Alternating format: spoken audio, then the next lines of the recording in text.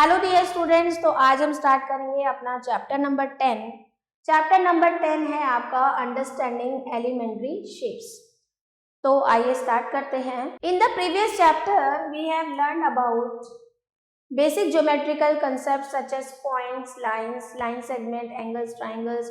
हमने पिछले चैप्टर में बहुत सारे लाइंस के बारे में, लाइन सेगमेंट के बारे में, एंगल्स के बारे में, ट्राइंगल के बारे में, क्वाड्रिलेटर्स के बारे में पढ़ा। So here we learn about their size, dimension and measure. अब इस चैप्टर में हम उनके साइज, डायमेंशन और मेजरमेंट के बारे में पढ़ेंगे। चलिए आगे चलते हैं। अब देखते हैं ज्योमेट्रिकल इंस्ट्रूमेंट्स। तो ऐसे कौन कौन से इंस्ट्रूमेंट हैं जो इनका मेजर करने के लिए हम यूज़ करते हैं।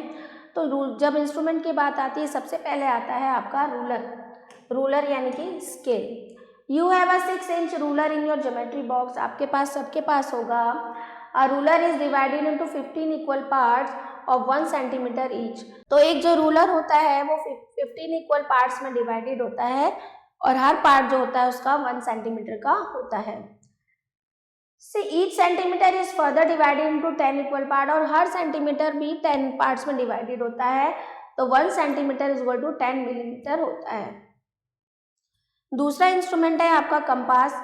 Compass has 2 metal arms hinged at one end. ये आपने देखा ही होगा कंपास। इससे हम कोई भी सर्कल बनाने के लिए यूज़ करते हैं, आर्क लगाने के लिए यूज़ करते हैं। डिवाइडर है 2 पॉइंटेड आर्म। डिवाइडर भी आपने देखा होगा, ये आपका डिवाइडर होता है। The distance between the arms can be adjusted by opening the closed arm. The divider use to compare the length of line segment. Line segment की लेंथ को कंपेयर करने के लिए इसका यूज़ किया जाता है। फिर नेक्स्ट आता है आपका सेट स्क्वायर। इस तरह का होता है आपका सेट स्क्वायर। का क्या यूज होता है? Set square are a pair of 2 triangle instrument. One set square has 30, 60, 90 angles at it vertices and the other has 45, 45, 90 angles in vertices. Set square are use to draw perpendicular and parallel lines. तो set square का use perpendicular और parallel lines के लिए किया जाता है। फिर आता है आपका प्रोटेक्टर। अब protractor is a semi circular, इस तरह का होता है। इसको आप डी भी बोलते हैं। तो इसको हम यूज़ क्या किस चीज़ में करते हैं? एंगल्स बनाने के लिए, राइट। अब आ जाते हैं नेक्स्ट टॉपिक पे, line segment. We know that the line segment is a part of a line and it has a fix length. हमको पता है कि लाइन का, ऐसी लाइन जिसकी फिक्स लेंथ होती है उसको हम क्या बोलते हैं? लाइन सेगमेंट बोलते हैं। अब कंपैरिजन ऑफ लाइन सेगमेंट। अब लाइन सेगमेंट का कंपैरिजन कैसे करेंगे? तो कंपैरिजन बाय ऑब्जर्वेशन। या तो हम सीधे सीधे उसको देख के कंपेयर करेंगे कि भाई ये लाइन छोटी है, ये लाइन बड़ी है, या in many cases only by observing we can tell. बहुत सारे केसेस में ऐसे होता है, ठीक है। लेकिन दूसरा कंपैरिजन बाय ट्रेसिंग। अगर हम उसको ट्रेस करके कंपेयर करें तो हमारे लिए बताना इजी होता है कि कौन सी लाइन बड़ी है और कौन सी लाइन छोटी है। फिर है कंपैरिजन बाय डिवाइडर। डिवाइडर से कंप्लीट यहाँ पर हम कंपेयर कर सकते हैं, ठीक है। उसके बाद measurement of line segment. Line segment का मेजरमेंट कैसे करते हैं? जैसे आप रूलर की हेल्प से करते हैं। फिर measurement of line segment by using a divider. Divider की हेल्प से मेजरमेंट लाइन सेगमेंट का करते हैं। अब आ जाते हैं एक्सरसाइज 10.1 पे। एक्सरसाइज 10.1 में है, in the given figure compare the line segment with the help of compass or divider and fill in the blanks using symbol greater than and than। अब आपको इनको कंपेयर करना है कंपास की हेल्प से। इनको आपको मेजर करना है और फिर यहाँ पर आपको लिखना है कि कौन सी साइड बड़ी है, कौन सी छोटी है, कौन सी इक्वल है। फिर उसके बाद नेक्स्ट क्वेश्चन है measure and write the length of the following. तो इनको मेजर करके लिखना है आपको।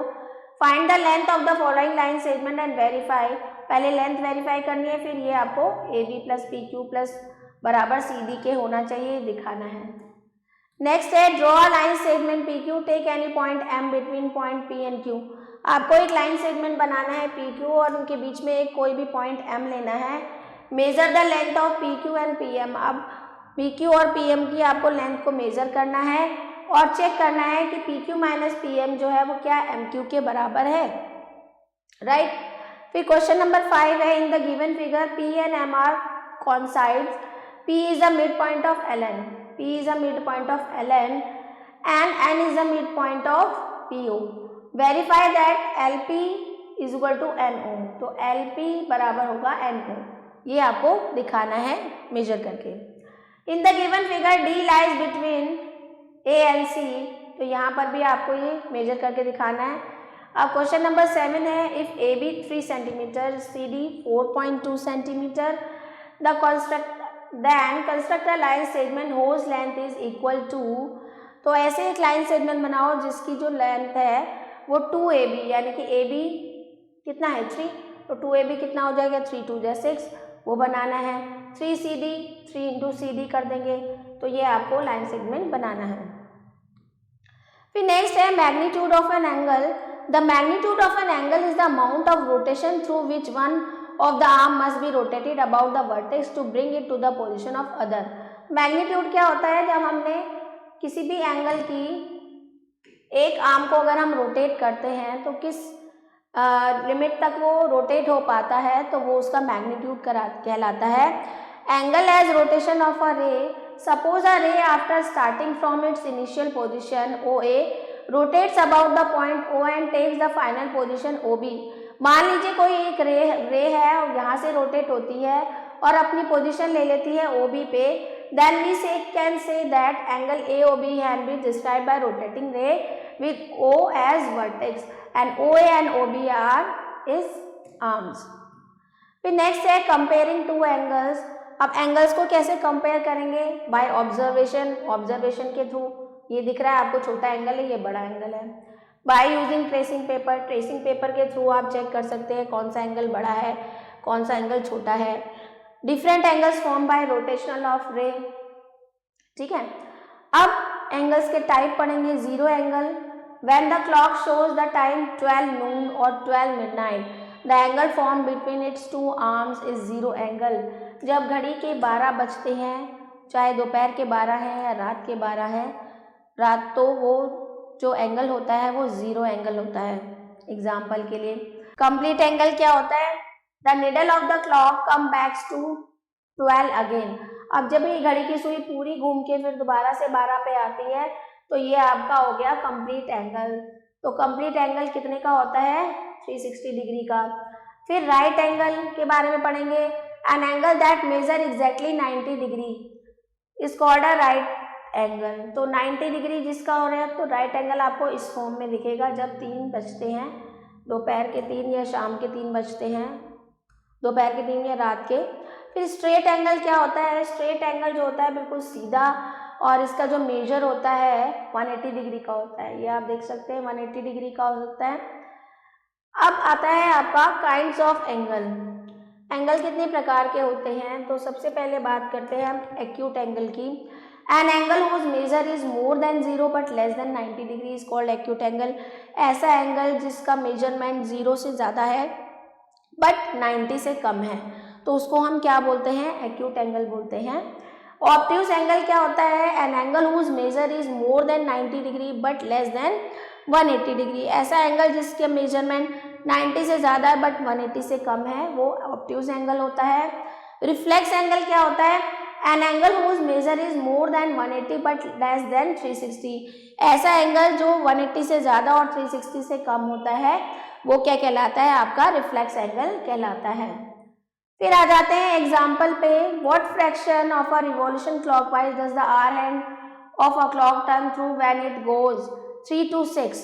अगर 3 से 6 पे जाती है तो क्या बताती है घड़ी आपकी, 3 to 6 जाती है, 3 से 6 पे जाती है तो क्या होती है, if the hour hand start from 3 and stop at 6 then it cover 1/4 revolution, यानी कि वो 1/4 रिवॉल्यूशन कर लेती है।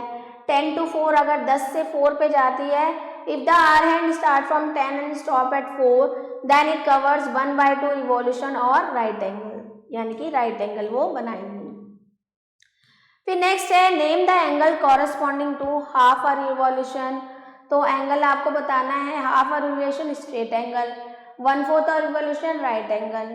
फिर नेक्स्ट है how many right angles do you make if you start facing north and turn anti clockwise to east. अगर आप if we have turn anti clockwise, so it is clear from the figure that we move 3 right angles to face east direction, right. How many degrees are there in 1/5 of a right angle. 1/5 of a right angle निकाला तो कितना आ जाएगा 18 degree. इसी तरीके से इसको solve करेंगे। Exercise देखते हैं 10.2। How many degrees are there in the angle between the hour hand and minute hand of a clock when the time is. तो 12:15 पे कौन सा एंगल बनेगा? तो 12:15 में कुछ ये होगा, तो ये आपका राइट एंगल बनेगा। 1:35 1:35 ये 1:35 पे कौन सा आपका बनेगा? ये ऑब्ट्यूज एंगल बनेगा। तो इस तरीके से आप चेक करके लिख सकते हैं। नेक्स्ट क्वेश्चन है, classify the following as zero, acute, right, obtuse, straight, reflection, complete angle. तो जीरो एंगल मैंने आपको बताया कि जो 90 डिग्री से कम का होता है वो 0 से 90 के बीच में होता है, वो एक्यूट एंगल होता है। राइट एंगल 90 डिग्री का होता है, ऑब्ट्यूज 90 से 180 के बीच का होता है, स्ट्रेट एंगल आपका 180 का होता है, रिफ्लेक्स एंगल आपका जो होता है वो कंप्लीट एंगल 360 डिग्री का होता है, रिफ्लेक्स एंगल 180 से 360 के बीच का होता है। ठीक है, तो आप इनको क्लासीफाई कर लेंगे। फिर क्वेश्चन नंबर 3 है, what fraction of clockwise revolution does an hour hand through when it goes from 12 से 6। 12 से 6 अगर कोई घड़ी की सुई जा रही है, 12 है, 12 से 6 जा रही है, तो कितना कर रही है? Half revolution. कितना रिवॉल्व कर रही है? Half revolution. How many degrees are there in 1/4 of a right angle. तो 1/4 of a right angle, right angle का 1/4 कितना हो जाएगा? 4 2 जा 8, 22.5 डिग्री हो जाए। इस तरीके से निकाल लेंगे। 1/3 of a right angle, 1/3 of a right angle कितना हो जाएगा? 30 डिग्री। इस तरीके से इसको सॉल्व करेंगे। Where do you expect the hour hand of a clock to stop if it start 3 and makes 1/2 revolution. अगर 3 बजे से स्टार्ट होती है घड़ी और वो आधा रिवॉल्यूशन कर देती है, तो कहाँ जाके रुकेगी? 9 पे रुकेगी, राइट? इस तरीके से। नेक्स्ट है question number 6, name the direction that you will face if you stand facing. अगर आप ईस्ट की तरफ, east and make half revolution anti clockwise. अगर आप ईस्ट की तरफ, आपके ईस्ट की तरफ फेस करके खड़े हैं, हमारा ऊपर क्या होता है? नॉर्थ होता है, नॉर्थ, साउथ, ईस्ट, वेस्ट। तो आपसे पूछा जा रहा है कि अगर आप ईस्ट की तरफ फेस करके बैठ हैं और आधा रिवॉल्यूशन एंटी क्लॉकवाइज लगाते हैं, तो क्लॉकवाइज इधर को होगा, एंटी क्लॉकवाइज इधर होगा। तो आधा रिवॉल्यूशन आपने एंटी क्लॉकवाइज लगाया, तो कौन सी डायरेक्शन में है आप? वेस्ट डायरेक्शन में है, राइट? तो इस तरीके से इनको आपको सॉल्व करना है। नेक्स्ट क्वेश्चन है, classify the following angles as acute, obtuse, right, straight, reflex and complete. इनके नाम लिखने हैं कि कौन कौन से एंगल हैं। फिर नेक्स्ट है, how many angles are form by the hour hand of a clock when it move from.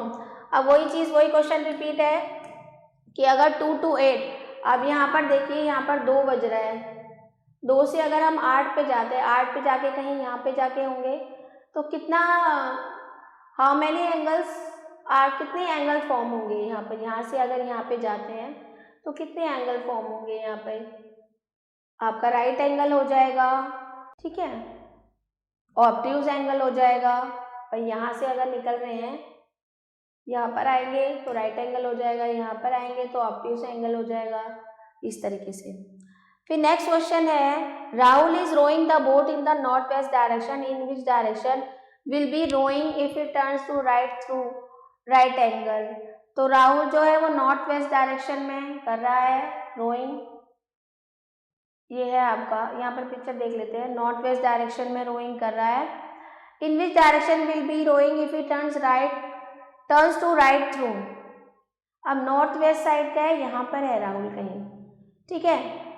अगर वो टर्न होता है, if he turns to right through, अगर वो एक राइट एंगल पर टर्न होता है, यहाँ से अब वो एक राइट टर्न एंगल पर टर्न हुआ, तो यानी कि वो कहाँ पर आ गया? कौन सी साइड में आ गया? नॉर्थ ईस्ट साइड में आ गया, राइट। अगर स्ट्रेट एंगल कर रहा है, अगर स्ट्रेट कर रहा है यहाँ से, तो साउथ ईस्ट साइड में आ गया। कंप्लीट एंगल कर रहा है, कंप्लीट एंगल यानी कि यहाँ से ये यहाँ पर, तो ये नॉर्थ वेस्ट साइड में ही आ जाएगा। अब देखिए next, observe the adjoining figure and state the kind of angle as acute, right, obtuse and straight form between the given direction. East और वेस्ट, ईस्ट और वेस्ट, आप देखिए ईस्ट और वेस्ट के बीच में कौन सा एंगल बन रहा है आपका, straight angle.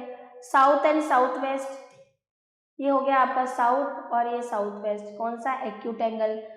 South and south west, ये south and south east, south and south east में भी एक्यूट एंगल बन रहा है। North west and south east, north west and south east, north west ये रहा और साउथ ईस्ट के बीच में स्ट्रेट एंगल बन रहा है। तो इस तरीके से आप इसको सॉल्व करेंगे। फिर आता है आपका मेजरिंग ऑफ एंगल। तो मेजर कैसे करते हैं, measuring an angle using a protractor, protractor की हेल्प से हम मेजर, आपको डी, जैसे आपने एक एंगल है उसको मेजर करना है, तो आपका जो प्रोटेक्टर होता है उसका जो मिड पॉइंट है जहाँ पर एक लाइन सीधी होती है उसको आप यहाँ पे रखेंगे और फिर यहाँ से इस तरीके से इसको मेजर करेंगे। अब नेक्स्ट आपका टॉपिक आता है congruent angle. If the measure of two angles are equal the angles are called congruent angle.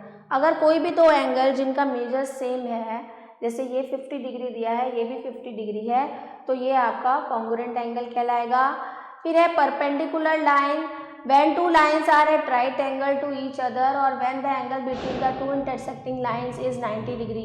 अगर कोई भी ऐसी दो लाइन जो आपस में एक दूसरे को काट रही हैं और उनके बीच जो एंगल बन रहा है वो 90 डिग्री का बन रहा है, तो वो क्या कहलाती हैं, परपेंडिकुलर लाइन कहलाती हैं। परपेंडिकुलर बाइसेक्टर क्या होता है, a line segment that is perpendicular to another line segment and divide, ये जो पूरी तरह से उसको डिवाइड कर रहा है, तो ये क्या कहलाएगा, परपेंडिकुलर बाइसेक्टर कहलाएगा। आ जाते हैं exercise 10.3, find unknown angle in the following figures. यहाँ पर अननोन एंगल निकालना है। आपको पता है कि स्ट्रेट लाइन में जो मेजर होता है एंगल का 180 होता है, 180 में से ये 70 हो गया, तो ये क्या आ जाएगा, 180 माइनस 70, ये क्या हो जाएगा आपका 110 डिग्री। इसी तरीके से इसका मेजरमेंट निकालेंगे। फाइंड द मेजर, इनको मेजर करके लिखना है आपको, फिर इनका नाम लिखना है एक्यूट, ऑब्ट्यूज की तरह से। Find the measure of unknown angles in the following figure, इसमें इस एंगल का मेजर बताना है, इसमें इसका मेजर बताना है। आपको दिख रहा है कि यहाँ पर राइट एंगल है, तो यहाँ पर क्या हो जाएगा 30 plus A is equal to 90 degree, तो ए बराबर आ जाएगा 90 माइनस 30, यानी कि ए बराबर आ जाएगा आपका 60 डिग्री, राइट। क्वेश्चन नंबर 4 है, measure each angle in anti clockwise direction in the following figure and complete the table. तो मेजर करना है एंगल को और इस टेबल को आपको कंप्लीट करना है। फिर use the above figure to fill in the blanks, fill in the blanks बताने हैं, ए ओ बी ग्रेटर है, सी ओ बी ग्रेटर है, ये भी पिक्चर की हेल्प से आपको बताना है। फिर क्वेश्चन नंबर 5 है, in adjoining figure if A B is perpendicular bisector of P Q and P R then find, अगर ए बी जो है वो परपेंडिकुलर बाइसेक्टर है P Q and P R, ये ए बी जो है ये पी क्यू और पी आर का परपेंडिकुलर बाइसेक्टर है, देन फाइंड आर क्यू। तो आर क्यू की जब ये बाइसेक्ट कर रहा है, हमें दिया है कि पी आर दे रखा है 5 सेंटीमीटर, तो आर क्यू भी 5 सेंटीमीटर होगा क्योंकि बाइसेक्ट कर रहा है, तो बराबर होंगी। पी क्यू निकालना है, पी क्यू जब हमें पी आर दे रखा है 5, तो आर पी क्यू कितना हो जाएगा, डबल हो जाएगा, 10 हो जाएगा। फिर क्वेश्चन नंबर 6 है, which of these represent perpendicular lines, कौन कौन सी जो सिचुएशन है परपेंडिकुलर लाइन को शो करती है। The direction from north to south, north to south अगर हम लेंगे, नॉर्थ का होता है ऊपर, साउथ होता है नीचे, तो क्या ये परपेंडिकुलर लाइन को शो करेगी, यस परपेंडिकुलर लाइन को शो करेगी। ये होता है आपका नॉर्थ, ये होता है आपका south. The line segment forming letter H, H letter अगर हम बनाते हैं तो ये क्या परपेंडिकुलर शो करेंगे, yes. The adjacent edges of a book, book की जो एक दूसरे से लगी हुई एजेस होती है, क्या वो परपेंडिकुलर शो करेंगी, यस। तो ये सारे आपको एग्जाम्पल देखने हैं। फिर in the adjoining figure A B C D E F G आज mark on line L N equal distance, ठीक है। देन ए बी बराबर बी सी बराबर ये दिया हुआ है, also M perpendicular to N, right. Is A C बराबर सी ई, ए सी आपसे पूछा जा रहा है इज ए सी बराबर सी ई, ए सी बराबर सी ई, हाँ यस। इज बी सी बराबर सी डी, बी सी बराबर C D, yes. Is A C बराबर ए ई, ए सी बराबर A E, no. Is M perpendicular to B H, M जो है वो B H का perpendicular है, yes. तो इस तरीके से ये आपकी एक्सरसाइज कंप्लीट हो जाती है।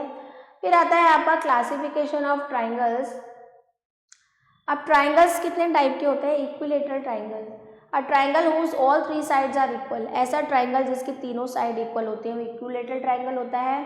फिर आता है आपका isosceles triangle, a triangle having two sides equal is called an isosceles triangle, ऐसा ट्राइंगल जिसकी कोई भी दो साइड्स इक्वल होती हैं वो आपका आइसोसेलेस ट्राइंगल कहलाता है। Scalene triangle, a triangle having no side equal, ऐसा ट्राइंगल जिसकी कोई भी साइड इक्वल नहीं होती वो हमारा स्केलन ट्राइंगल कहलाता है। Classification of triangle on the basis of angle, angle के बेस पे उनको कैसे क्लासीफाई करते हैं? तो एक्यूट एंगल ट्राइंगल, जिसमें कोई भी एक angle, if each angle of a triangle is acute, अगर ट्राइंगल का हर एक एंगल जो है वो एक्यूट है यानी कि 90 डिग्री से कम का है तो वो एक्यूट एंगल ट्राइंगल कहलाता है। Right angle triangle, a triangle, एक ट्राइंगल जिसमें कोई भी एक एंगल 90 डिग्री का होता है तो वो आपका राइट एंगल ट्राइंगल कहलाता है। ऑब्ट्यूज एंगल ट्राइंगल, यानी कि ऐसा ट्राइंगल जिसमें कोई भी एक एंगल ऑब्ट्यूज एंगल होता है वो ऑब्ट्यूज एंगल ट्राइंगल कहलाता है। Relation between sides and angle of a triangle, आप किसी भी ट्राइंगल के साइड्स और एंगल में क्या रिलेशन होता है? तो each angle of an equilateral triangle measure 60, एक इक्विलेटरल ट्राइंगल के तीनों एंगल का मेजर 60 डिग्री होगा। The angle opposite to equal side of an isosceles triangle are equal, isosceles triangle के जो इक्वल साइड्स के अपोजिट एंगल होंगे वो इक्वल होंगे। A scalene triangle has no two angles equal, scalene triangle में कोई भी दो एंगल सेम नहीं होते, तीनों अलग अलग होते हैं। अ triangle can not have more than one right angle, एक ट्राइंगल में दो, एक से ज्यादा राइट एंगल नहीं हो सकता।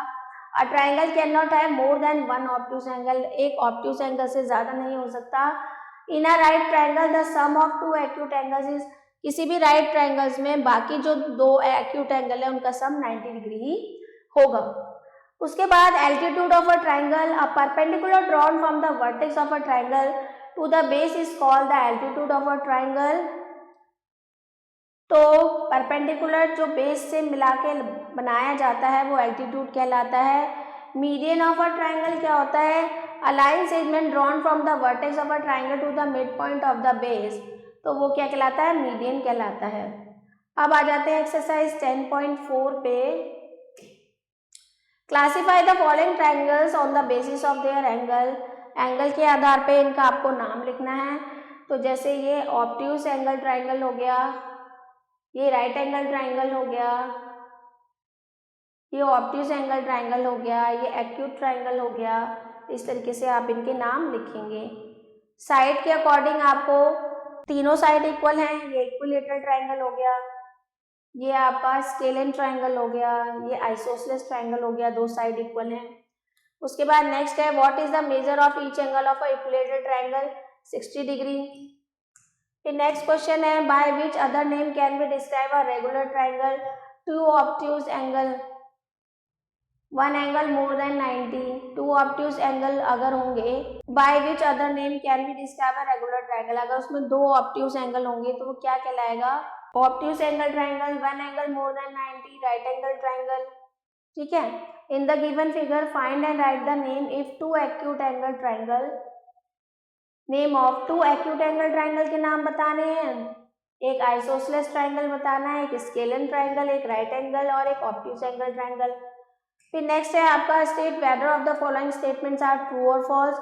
In a triangle at least two angles are always less than 90, right true, कोई भी दो एंगल 90 से कम होने चाहिए।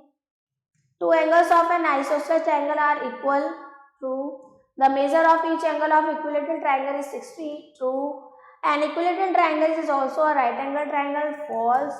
An isosceles triangle cannot have an obtuse angle, right. The altitude of a triangle is perpendicular to the opposite side, true. An obtuse angle triangle has only two obtuse angle. False. An equilateral triangle has only two equal sides. False. All sides of a scalene triangles are equal. False. अब इसी तरह से यहाँ पे fill in the blanks दिए हैं, ये भी आपको फिल करने हैं अभी जो भी हमने चैप्टर में पढ़ा है उसके अकॉर्डिंग। अब आता है नेक्स्ट आपका quadrilaterals. We know that quadrilateral is a polygon having four side. It can also be defined as a simple close figure. अब यहाँ पर हम प्रॉपर्टीज के बारे में पढ़ेंगे क्वाड्रिलेटरल्स की। तो सबसे पहला जो क्वाड्रिलेटर आता है आपका स्क्वायर। तो स्क्वायर क्या होता है? Quadrilateral in which all sides are equal, जिसकी सारी साइड्स इक्वल होती है, वो राइट एंगल ट्राइंगल होता है और उसको क्या बोला जाता है? स्क्वायर बोला जाता है। फिर आता है आपका rectangle. A quadrilateral in which opposite sides are equal. ऐसा क्वाड्रिलेटर जिसकी अपोजिट साइड इक्वल होती हैं वो रेक्टेंगल कहलाता है। फिर है rhombus. A parallelogram in which all sides are equal, जिसमें सारी साइड्स इक्वल होती हैं वो क्या कहलाता है? रोम्बस कहलाता है। फिर ट्रापेजियम आता है आपका। A quadrilateral whose one pair of opposite side is parallel is called, मतलब एक पेयर अपोजिट साइड का पैरेलल होगा, बाकी दूसरा पेयर नहीं होता है। फिर काइट आता है। A quadrilateral whose two pair adjacent side equal, ये वाली साइड इक्वल होती हैं जो एक दूसरे से जुड़ी हुई होती हैं, ये और ये इक्वल होती है, ये और ये इक्वल होती है और ये इक्वल होती है। एक्सरसाइज 10.5 देखेंगे। इन the given figure identify trapezium. अब इस पिक्चर में ट्राइपेजियम आपको फाइंड आउट करना है। तो आप देख सकते हैं कि ये जो फिगर है ये ट्रापेजियम है। अब हमें रेक्टेंगल फाइंड आउट करना है। रेक्टेंगल कैसे फाइंड आउट करेंगे? अब देखते हैं इसमें रेक्टेंगल कौन सा है। ये वाला पार्ट रेक्टेंगल हो सकता है। 3 ट्राइंगल्स, इसमें कोई भी 3 ट्राइंगल्स के आपको नाम लिखने हैं। फिर है डिस्टिंग्विश बिटवीन द फॉलोइंग। अभी हमने डेफिनेशन पढ़ी इनकी। ट्रेपेजियम और पैरेललोग्राम के बीच में डिफरेंस बताना है, रोम्बस और काइट के बीच में डिफरेंस बताना है, स्क्वायर और रोम्बस के बीच में डिफरेंस बताना है, ट्रेपेजियम एंड आइसोसेलेस ट्रेपेजियम के बीच में डिफरेंस बताना है। इनके नाम लिखने हैं आपको, ठीक है। तो ये तो काइट है, ये रोम्बस है, ये क्वाड्रिलेटरल है, ये भी क्वाड्रिलेटरल है। उसके बाद नेक्स्ट देखते हैं match the following. 2 pairs of opposite sides are parallel and equal. Opposite side जो है 2 पेयर्स पैरेलल हैं और इक्वल है, तो क्या वो कौन सी वो होगी? आपका parallelogram. 2 pairs of adjacent sides are equal, जो दोनों लगी हुई साइड्स होती हैं वो इक्वल होती है, किसमें? काइट में।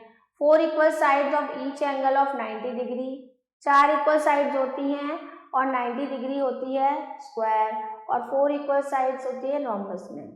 फिर नेक्स्ट है state whether the following statements are true और false. Every square is not a rectangle, true. Every trapezium is a parallelogram, false. Every rhombus is a rectangle, false. Every rectangle is a quadrilateral, true. Every parallelogram is a square, false. Every rectangle is a square, false. All the sides of a parallelogram are equal length, true. Write the properties of rectangle. A square, a rectangle, इनकी properties के बारे में लिखना है। Find the value of x and y. x और y की value निकालनी है भाई। पैरेललोग्राम में अपोजिट साइड इक्वल होती हैं, ये 2.3 है तो ये भी 2.3 हो जाएगा, ये 4 है तो ये भी 4 आपका हो जाएगा।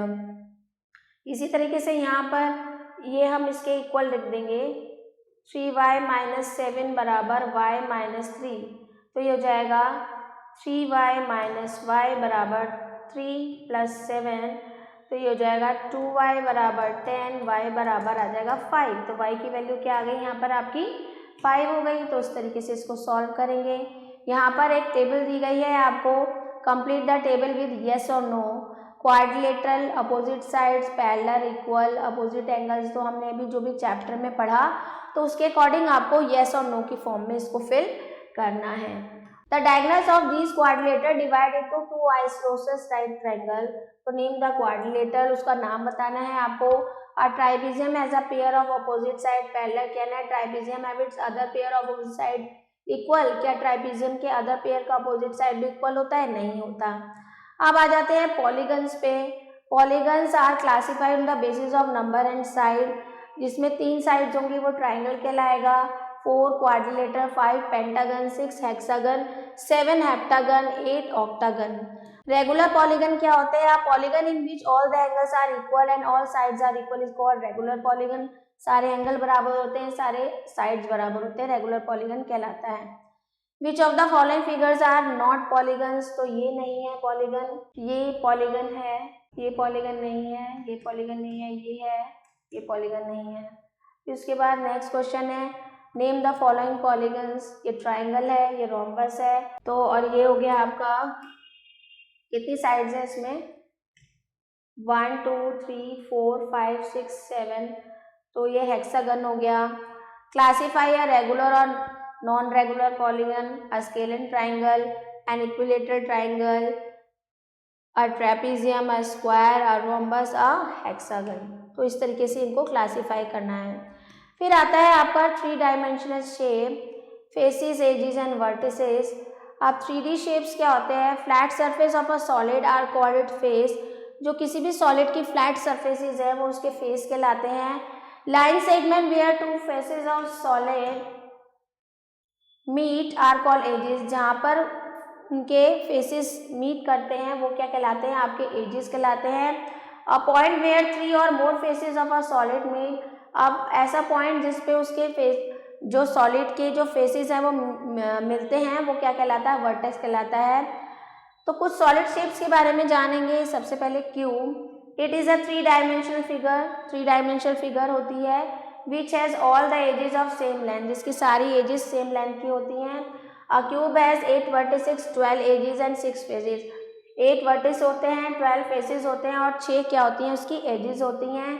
Cuboid, a cuboid has 6 rectangular faces, 12 edges and 8 vertices. 6 face होते हैं, 12 एज और 8 वर्टिसेस होते हैं। Then cylinder, a cylinder looks like a round pipe. A cylinder has 3 faces and 2 edges.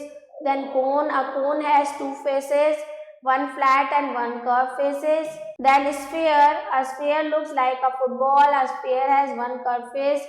Then prism, a prism is a solid that has 2 identical and parallel bases which are polygon. The rest of the faces are parallelograms. Then pyramid, a pyramid is a solid shape which has a single base or face as a polygon. The other face of the pyramid are triangles that share a common vertex. फिर next आता है nets of solids. net क्या होते हैं solids के? A net is a 2-dimensional representation of 3-dimensional object. अगर कोई भी 3D ऑब्जेक्ट है उसको हम 2-dimensionally रिप्रेजेंट करते हैं तो वो उनके नेट्स कहलाते हैं। The nets of various polyhedra can be made using paper, cardboard, etc. These nets are helpful in calculating and deriving the formula for surface area and volume. तो नेट्स से हमें हेल्प मिलती है सरफेस एरिया और volume निकालने में। We also get a clear idea of vertex, faces and edges of a various 3D object. तो अब आती है net of a cube. It is made of 6 square joint edge to edge edge shown in adjacent figure. तो जो cube का जो net है वो 6 स्क्वायर से मिलकर बना है जिनकी एज आपस में जुड़ी हुई है। फिर net of a cuboid, choose a suitable length, breadth and height to get a net of cuboid. फिर है आपका net of cylinder, cut 2 circles by choosing a suitable radius, cut a rectangle of length L to breadth B। तो इस तरीके से cylinder का net बन जाएगा। नेट ऑफ अ कोन एक सर्कुलर और एक ट्रायंगुलर बन जाएगा। नेट ऑफ अ पिरामिड इस तरीके से, नेट ऑफ प्रिज्म कुछ इस तरीके से बनेगा। फिर आ जाते हैं एक्सरसाइज 10.7 पे। What is the shape of football? Football की क्या शेप है? स्फीयर है। पेंसिल बॉक्स की क्या है? सिलेंडर है। रोड रोलर की सिलेंडर है। जोकर्स कैप जो है वो आपकी क्या है? पिरामिड। मेजरिंग जार जो है वो सिलेंडर है। डाइस जो है वो आप क्यूब है। के बाद right the number of faces. Number of faces हमने अभी पढ़े हैं वो आपको लिखने हैं। Right the number of edges of the following solid figure. तो आपको नंबर ऑफ एजेस बताने हैं। Triangular, prism, square, pyramid, tetrahedron, cuboid में नंबर ऑफ फेसिंग बताने हैं। Name the following figures. इसको आपको, ये क्या है? आपका प्रिज्म है, ये आपका क्या है? क्यूबॉइड है, ये आपका है सिलेंडर। फिर नेक्स्ट है the base of a triangular pyramid is the. Triangular pyramid का जो वेट होता है वो स्क्वायर होता है। The base of square pyramid, square pyramid का स्क्वायर होता है, ट्रायंगुलर पिरामिड का आपका राउंड रहेगा। A gas pipe is an example of cylinder. The base of a triangular prism is a तो ये आपको अभी हमने जो चैप्टर की समरी पढ़ी है उसमें से आपको मिल जाएगा, आप fill in the blanks fill कर सकते हैं। फिर है स्टेट ट्रू और false, an object that occupies space is called volume, right, it is true. Two intersecting lines are perpendicular if the angle between them is 80 degree, no, false, 90 degree होना चाहिए. The perpendicular bisector of a line segment divide it into two equal parts and is perpendicular to it, yes, true. Triangles are classified on the basis of angle and sides, true.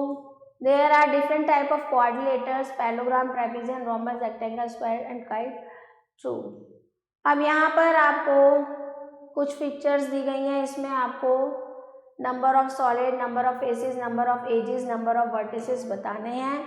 उसके बाद the nets of some solids are given, trace each net and cut out the traces copy.